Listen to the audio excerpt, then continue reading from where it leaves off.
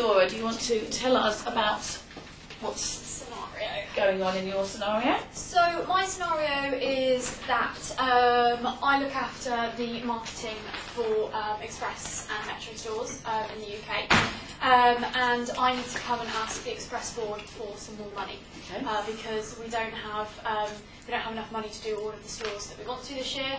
I get the same amount of money. I've had the same amount of money this year as I've had for the last 2 or 3 years, right. But about 50% more stores to market. Yeah, just to market the stores. So that's new stores that are opening, stores that are being impacted by competitor stores that are opening, and also stores that we've refreshed. Okay. So you want money. So I want money. And Andy Rawlinson? So so Andy is the MD of Express. The slight challenge that I have is that I don't have a relationship with Andy. I'm new to the role. He's obviously very senior, so I don't have any form of relationship with him. So I don't really know much about him.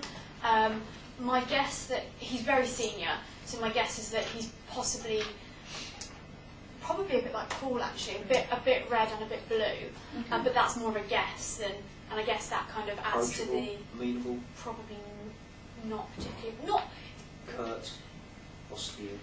Yeah, not Smiling. No, so not overly friendly. So he's not rude. Not unfriendly or but he's aggressive or he's anything just like kind that. But not a warm, friendly person. Whenever you're ready.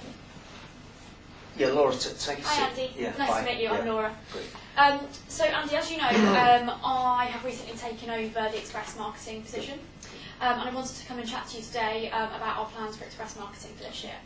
So, as I'm sure you know, this year we have got a really big programme to market, a really big stores programme. So I think it's 150 Express store new stores, 50 Impact stores, and 50% more than you had last year.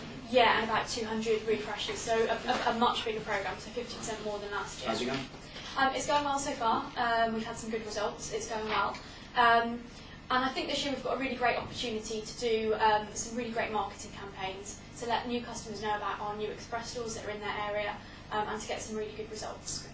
The challenge that we've got is, as you say, it's 50% more stores than we had last year, and we've got the 1.5 million, which is the same budget that we had last year as well. Yeah. So that gives me some challenges in terms of how I cut that budget and how we support stores. So as I say, the challenge is, with that amount of budget, I'm not able to spend the same amount that I did last year on stores, on each individual store. The risk with that is that if we're spending less on every single store, potentially I'm not going to be able to get the same number of new customers into those stores and therefore deliver the same sales return. So, no brainer, spend it on the new stores, cut it back on the old stores. You had marketing with them last year. I mean, there's no way we can increase the budget on this. Next year's a different year, but at the moment, if you've got stores coming into the area, then it's logical to do the other ones that you learn from. You spent money in the other stores last year, people over there, you've already got people going through the doors, they've got customers. I guess the challenge with that is, if we're focusing entirely on the new stores, fantastic, we can do a great job on those. But for those stores that are being impacted by competitors that are opening in the area, or stores that we've refreshed, especially the refresh stores where we're disrupting the customers that go into those stores, we really need to be able to do some marketing to be able to pull those customers back into the existing stores. And with the Impact stores, as we know, we've got some huge threats this year from Morrison's Local and from Sainsbury's Local, and I don't think, I think that we would run the risk of seriously impacting the sales on those. Spend the on money those wisely on global stores. marketing. Why does it have to be regional? Just promote the brand, get the brand out there. I mean, we've got a pot this year. The circumstances we've got. I mean, you're asking me for more money this time of year. It just can't be done. Yeah, I know it's a real challenge, and it's a challenge for the business this year in terms of kind of the money that we've got. Your challenge is making it work.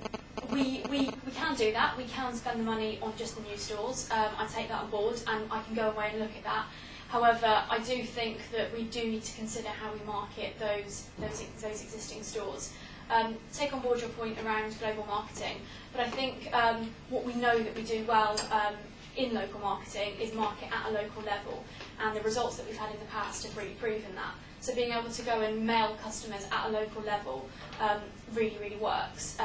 And it draws customers into those specific stores. And I think that at a national level, we won't be doing enough to go into those individual stores. Your job, Laura, is to be creative in terms of I have a budget for this year. I can't get any right out of the pot. What I would expect from you is to go away and to creatively market the regional stores, but with also a global issue to pick up the backfall on the existing stores. And how you do that, come and let me know in a couple of weeks. But that's what you've got. That's the money that you've got on the table. You need to go and work with what you've got. Come back and let me know how you can do it. I can come back in a couple of weeks. I guess what I wanted to just be really clear with you today is my worry is that if we don't do the same volume of marketing this year as we did last year, we won't be able to deliver those sales results. It's not about volume, it's about quantity. It's about getting your marketing specifically aimed in the right direction. There are ways of marketing. I mean, there's more the creative here, Laura. What you need to do is go away and come up with a solution to market globally, but with a little bit of emphasis on the new stores that are going out there.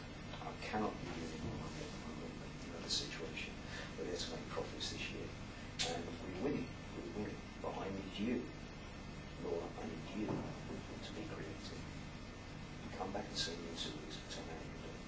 In terms of being a bit more creative with kind of marketing techniques and things, I know we've spoken previously about, and I know you're really keen on kind of some of the new technologies and different kind of mobile technologies that we can bring into the campaigns. Again, that's something that I think we really should explore this year.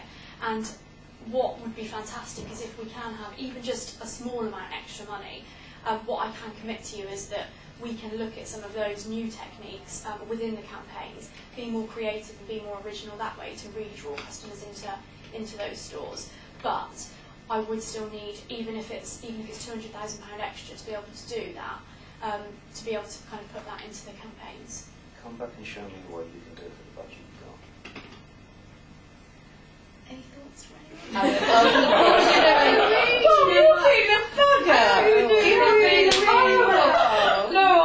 I'd have given it to you. I'd have given it to you. What are you on this afternoon? You could.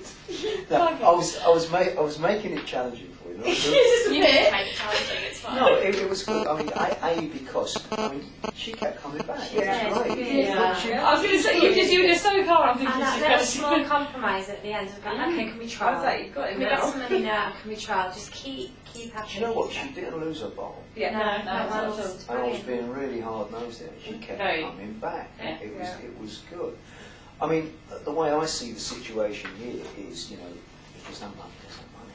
Yeah, So you can always find money if they want. No, but that is This the reality of this the is pretend. situation. This is Yeah. pretend. Well, and I was saying, we'll come back and be more creative. So I think what I would have liked to have seen was maybe some evidence of return on investment. Yeah. Because at the moment is I need more money, I've got more stores, I'm new to this, and the only solution is give me money. Yeah. Yeah. But I think for me to have come out of my shell and say, okay, well, I've actually got a little secret pot down here. Yeah. It would have been, Yeah. if you could have given me evidence and said, look, I've actually got facts and figures here that show that if we spend this, and this, Yeah. we're going to increase turnover in the stores Yeah. by that. And this is based on evidence. Yeah. Yeah. And I've the actually reality is I written can stats probably here. do that, just, yeah. Exactly, but yeah, I've written stats here and you I'm say not we know that we do this locally pretty well. Go on, so Sorry, and I'm not sure whether it's power or social proof, but you could have dropped in there the Philip Clark bricks and bricks. Yeah. And focus on, Or just a name, being generally, about, yeah. Focusing more on the stores and, the end result of what the customer actually sees. And that's the I would say pat yourself on the back and let it answer. Yeah. Was she good? That's about I think I will give you a couple more bits of feedback though, which was I think that the stats thing I think was really useful.